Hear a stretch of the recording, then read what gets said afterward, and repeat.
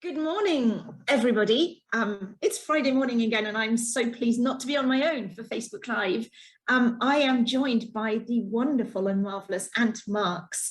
And Ant, I'm going to let you do your own introduction because I think you're probably going to be marvellous at it. So tell us who you are and why you're here. Hi, I'm Ant. I had an idea which has been running around my head for years about story sort of telling and things, and I managed to write a book, and I didn't really initially expect to put it into a book. I started writing the stories down. I'm quite dyslexic myself, well, very. Can't spell for toffee, and yet I know when it's spelt wrong. I sort of put it together, found that I could get it sort of published. It's self-published on Amazon, and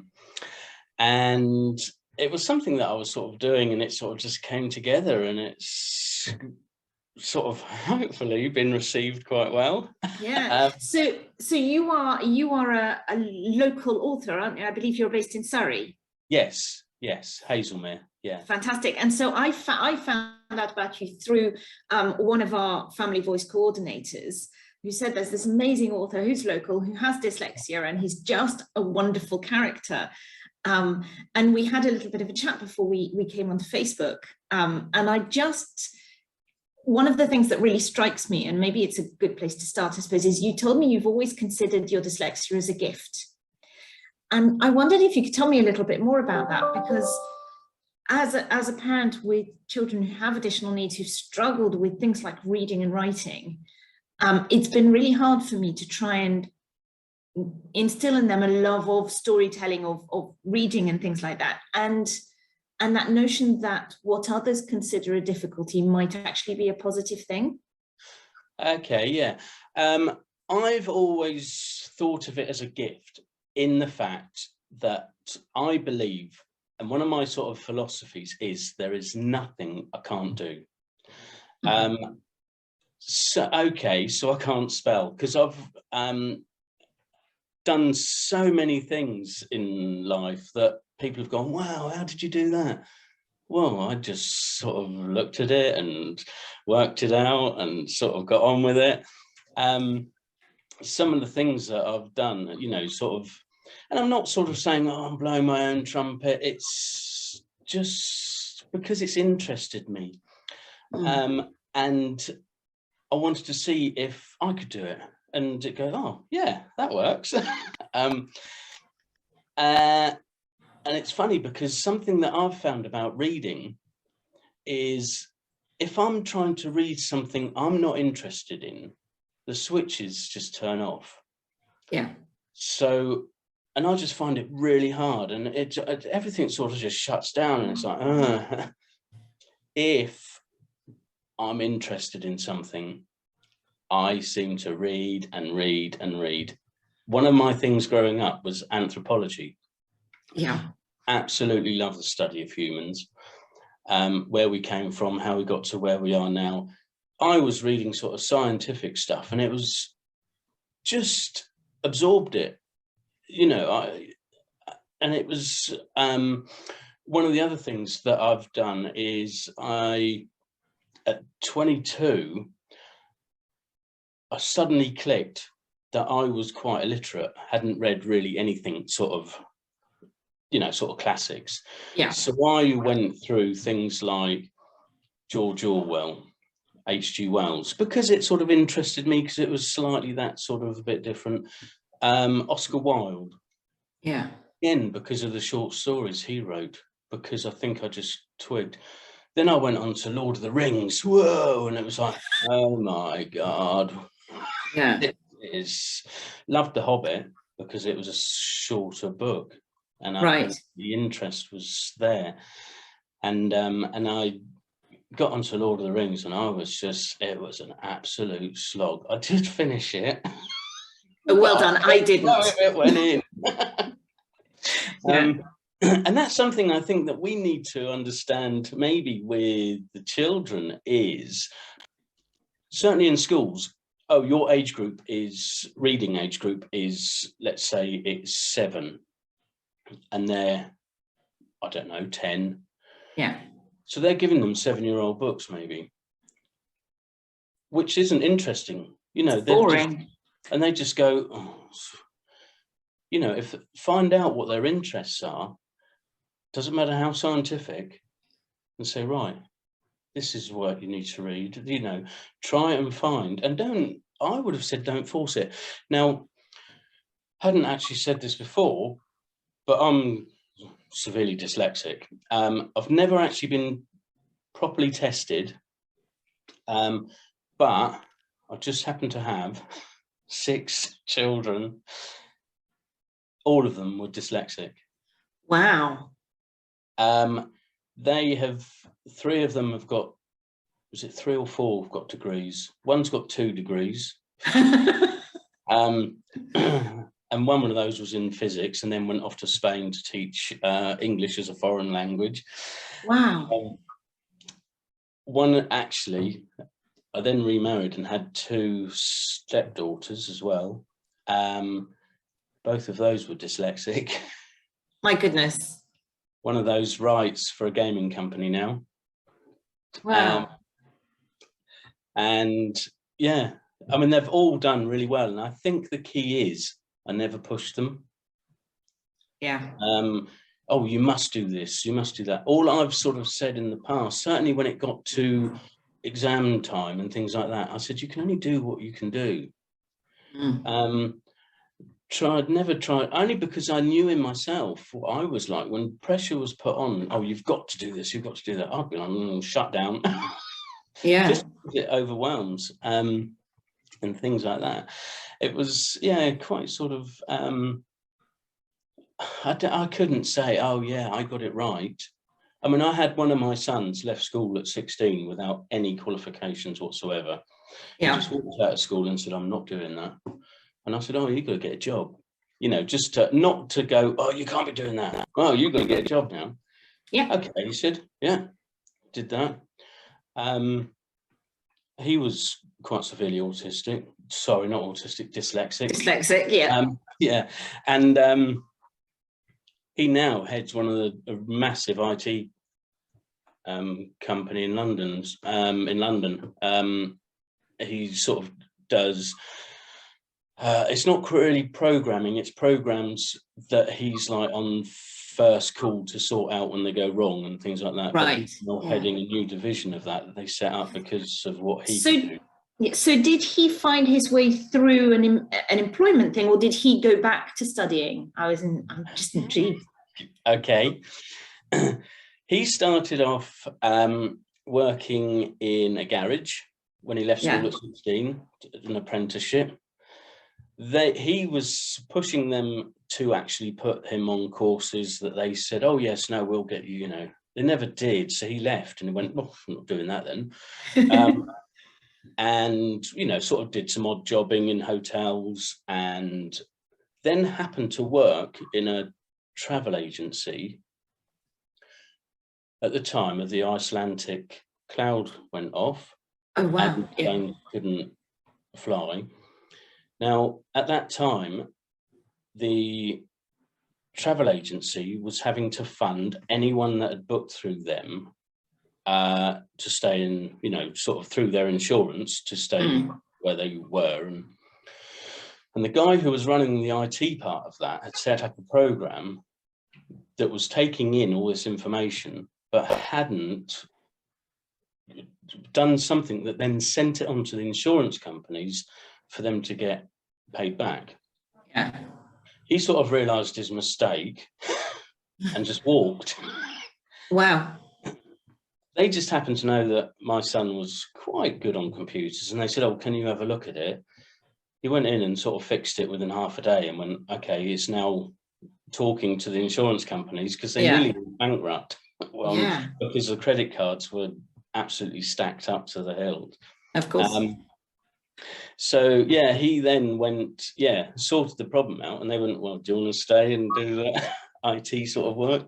Yeah. And it sort of escalated from there. And yeah. Brilliant. We've kind of diverted a little bit, but what interests me, I think, is a lot of the parents that we talk to day to day at Family Voice are trying to help their children through some really tough times, particularly at school. And school these days, there's this really strong message that you need to do school right. You've got to get your exams, you've got to do this, because otherwise you won't have a life. And what I find really interesting about people like yourself is actually life happens regardless of exams and etc. And having that mindset of being able to try different things and just making the best of it, it feels really important. That said, we've got this, what I loved in your introduction to your book is you talk about your grumplings, and I'd love to hear a little bit more about that. And that storytelling of, you talked about reimagining folk tales and making them happier things. And I was, can you tell us a little bit more about your grumplings and your stories? Because let's face it, that's why you are here. Okay, so I have 4 grumplings. They're still very young, so actually storytelling at the moment is sort of a bit woo. So your grumplings are your grandchildren? Yes, sorry, That's fine. I didn't ever want to be granddad because that's old, and in my head I'm 17. So I thought, I'm going to be ironic, be grumps. Yeah. And then it sort of went, well, what do I call them? And I went, they're the grumplings. Love that. So it sort of naturally sort of came around. And the storytelling is, I've always worked outside.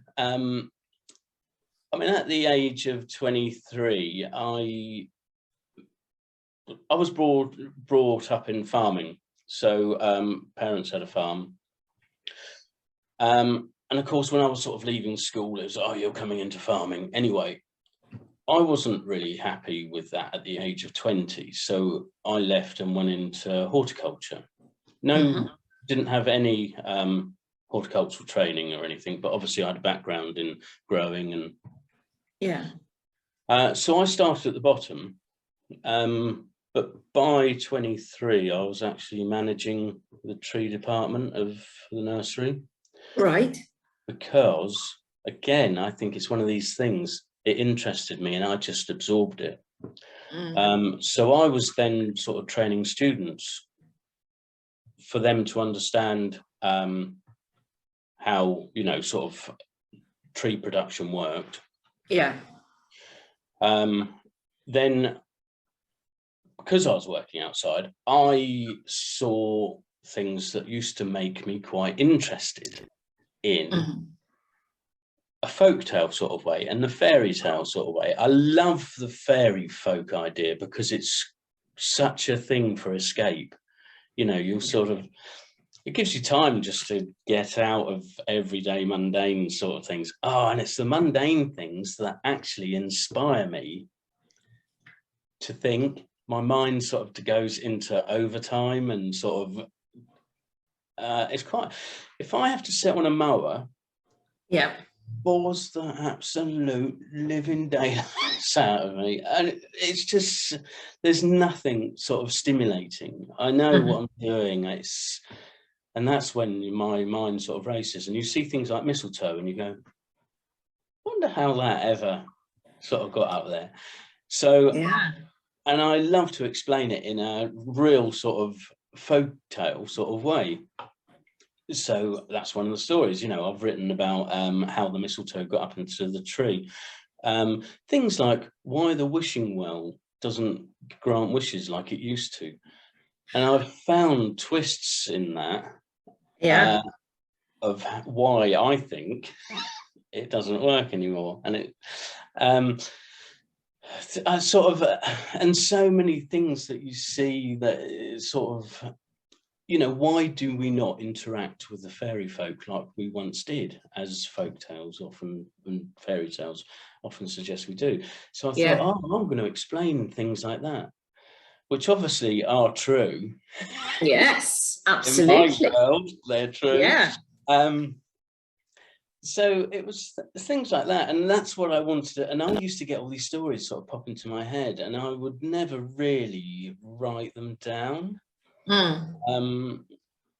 I would sort of, oh yeah, and then I just thought, do you know what, I have got to make an effort, and what I do is I actually write by hand first.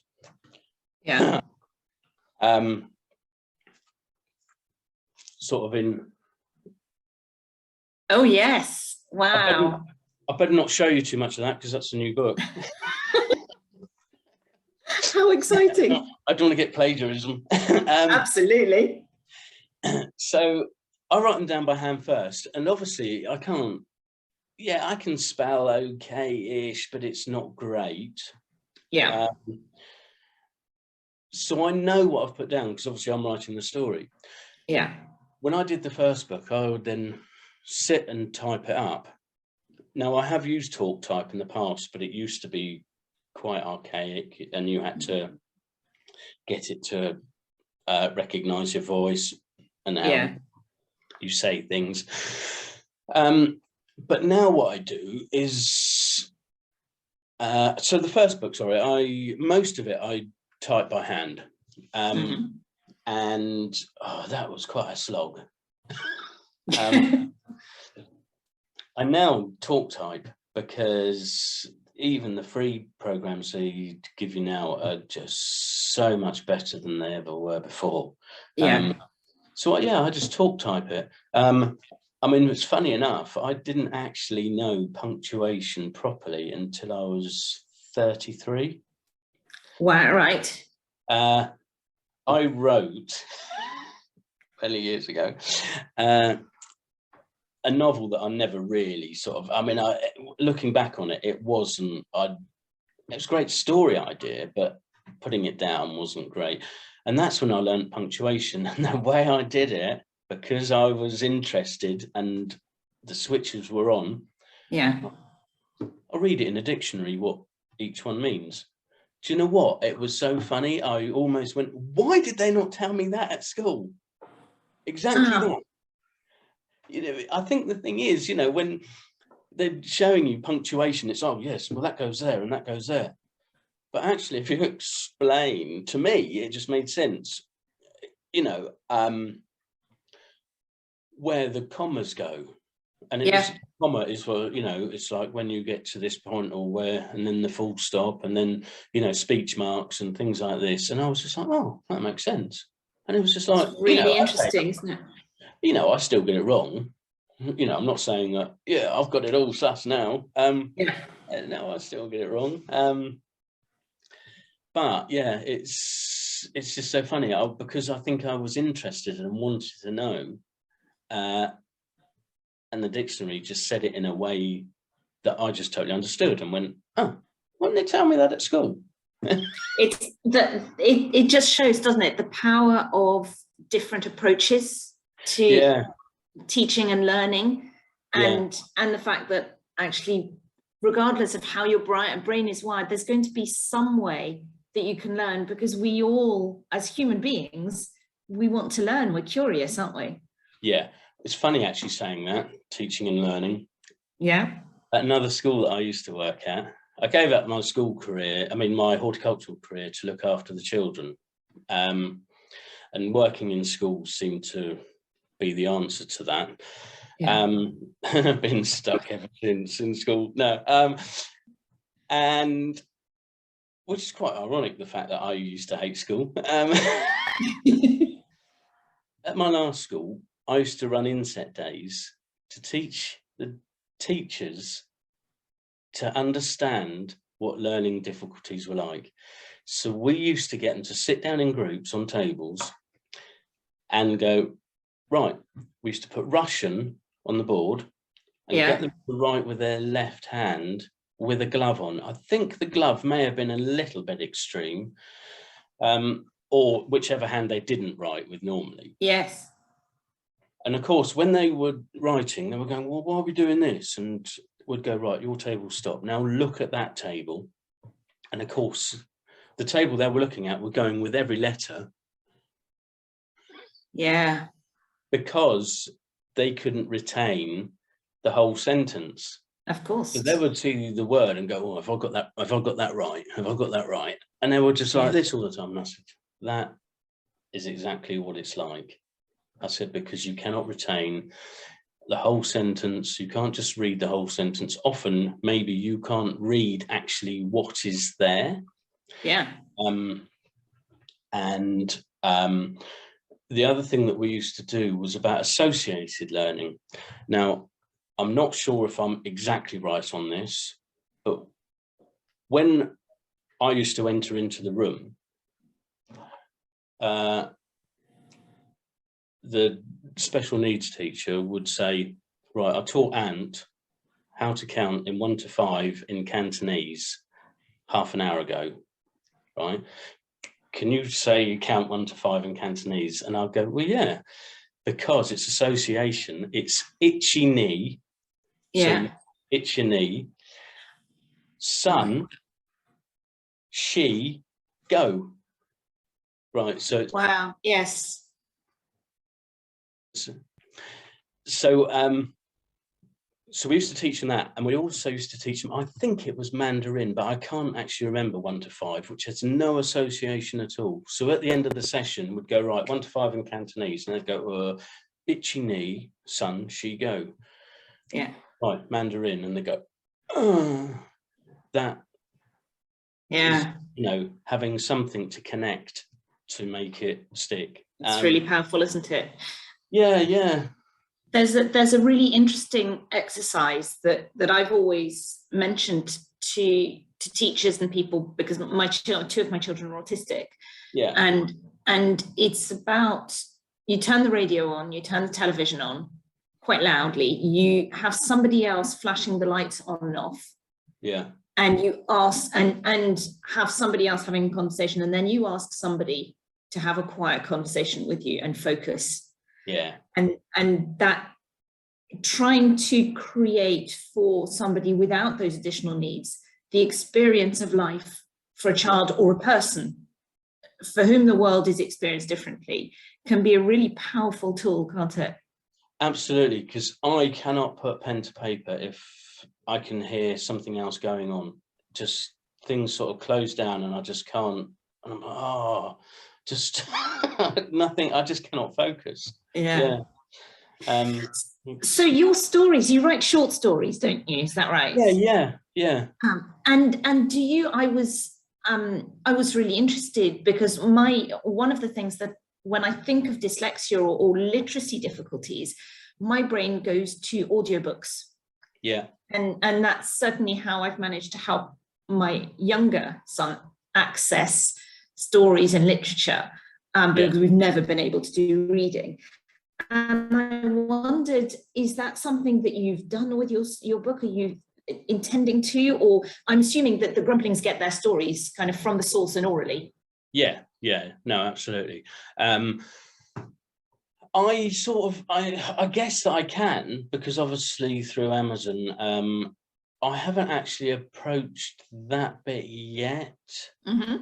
I mean, I think, in all honesty, audiobooks are absolutely incredible, because it opens the world to people that really do not want to, or find it so difficult to be able to read the story, still feel they can be a part of humanity. Yes. And there is nothing, they shouldn't have any reason why they shouldn't feel like they are part of humanity, but it just gives to them.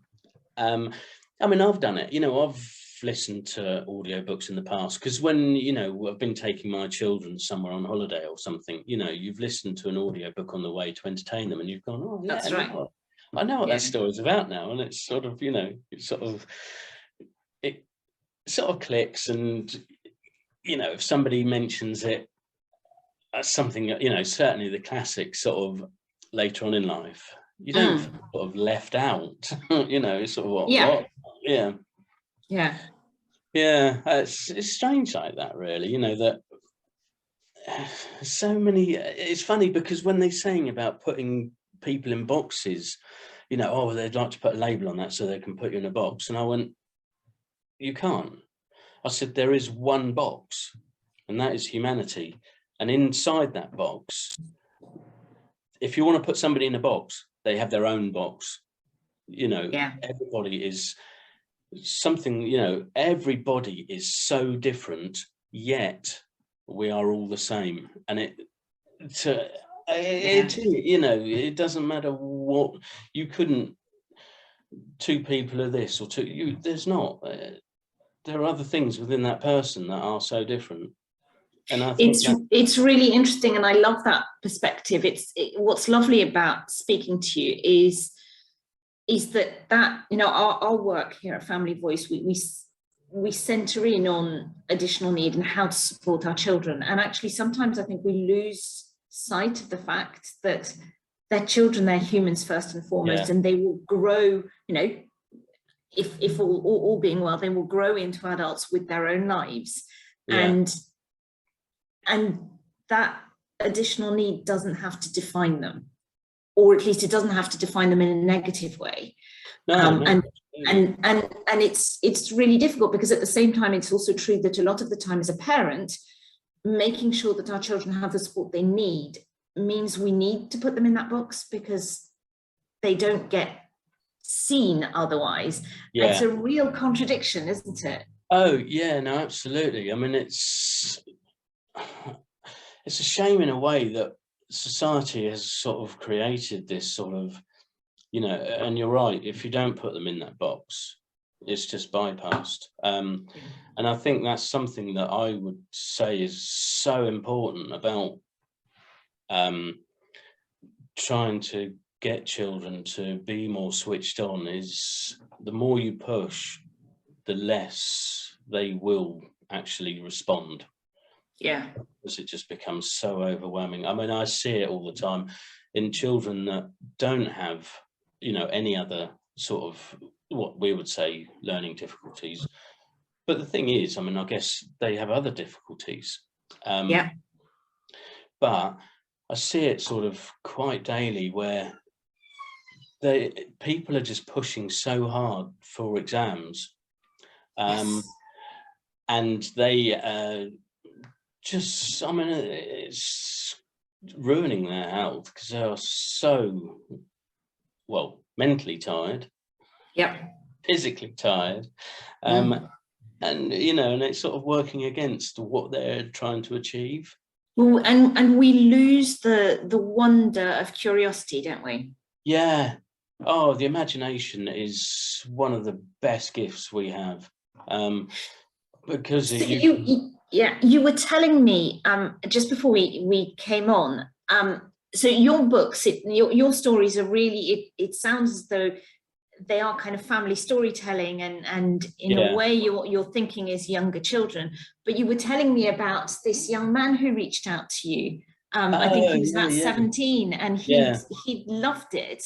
I just wondered if you could share that story, because it was just, for me, it showed, I think, that we need to allow each individual to enjoy and discover what they want without making assumptions, and that we learn things and discover things at sometimes quite unexpected times in life. So I had this young lad sort of message me and said, oh, I love your book, Ant. It was the first book I've ever read cover to cover and really loved doing it. Sorry, the first book he'd ever read cover to cover that he didn't have to. And he said, I just loved it. He said, and I found it so easy. How did you do it? He said, because I'm dyslexic. And I went, I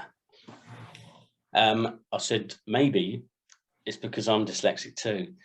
And I said, because when I put the book together, well, one of the things I did say to him, I said, do you know what? I said, I would have said that's not your demographic for sort of reading at all.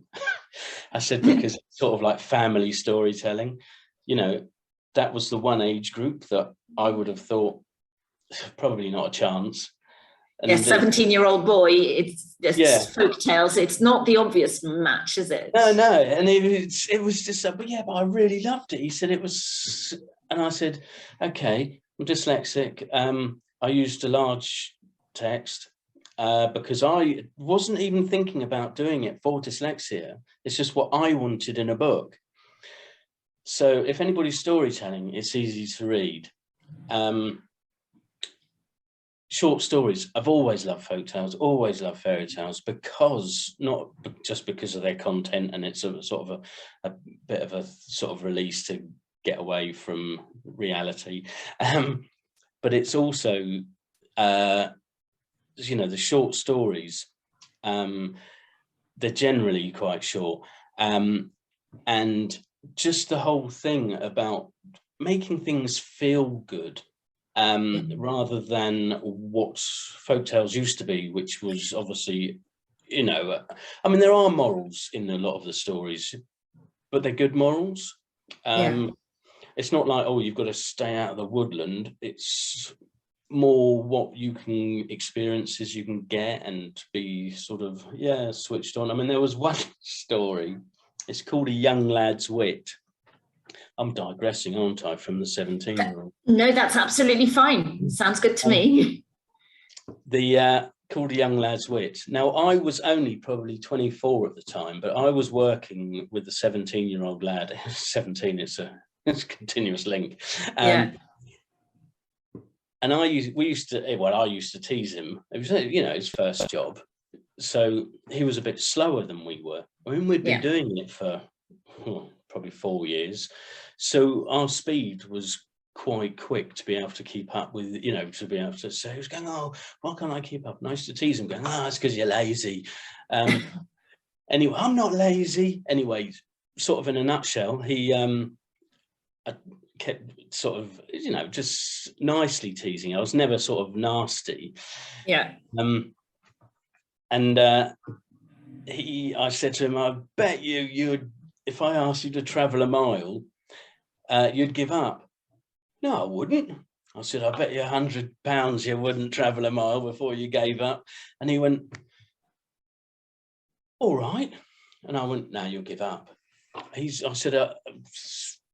said, you can go any direction you like. I said, in fact, no, I said, you just got to go in the direction I tell you. As long as you go, he said, what, like if I went north, would I have to go in a straight line? I went, no, you just go north, but cover a mile. All right, yeah. Can I use a car? And I went, yeah, you can use a car. He said, okay, which way? And I went, up or down?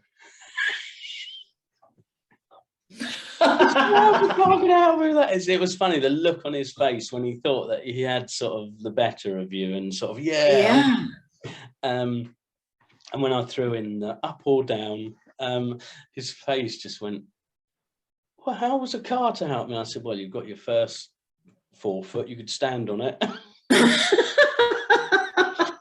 But it's things like that that sort of, you know, stuck with me.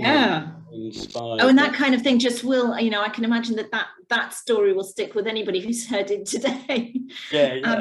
It's just, I'm aware we've kind of come to our end of time. It tends to drag on a little bit otherwise, but it's been such a delight speaking to you. And what I'm going to do is make sure that we've got the link to your book in comments. I could show you the book. Yes, please. The bond's upside down. Oh, so I'm not showing you. There we go. From the forest they came, and other short stories. And that's a beautiful illustration. Am I right in thinking that it's your wife who does the illustrations? Yes. Wow. Yeah, she used to be, apart from many things, she's a bit like me, I mean, she's not dyslexic or anything, because she sorts out all my punctuation, she does all the editing, you know, sort of like wonderful lady. So that's not going as it should do. But she used to be she used to design children's playgrounds. Well, she didn't design them, she did the drawings for it. So she's always been a fabulous artist. And yeah, so luckily I've got her to do the artwork. Well, we will we'll put that link on. What I tend to do, I was saying, is I shamelessly use my lovely eldest, who will put a little top and tail card so that we can put this video on our YouTube channel so that it goes a little bit wider. And I'm going to put the link to your book on the Facebook comments as soon as I have it. Thank you so much. And I think, you know, for us Surrey parents, I think yours is a story that offers an awful lot of hope and encouragement. And for that, especially as we're coming up to Christmas, it feels like a really lovely way to end the year. So thank you so much. No, I thank you, because we do what we can. Absolutely. I shall say bye-bye to everybody.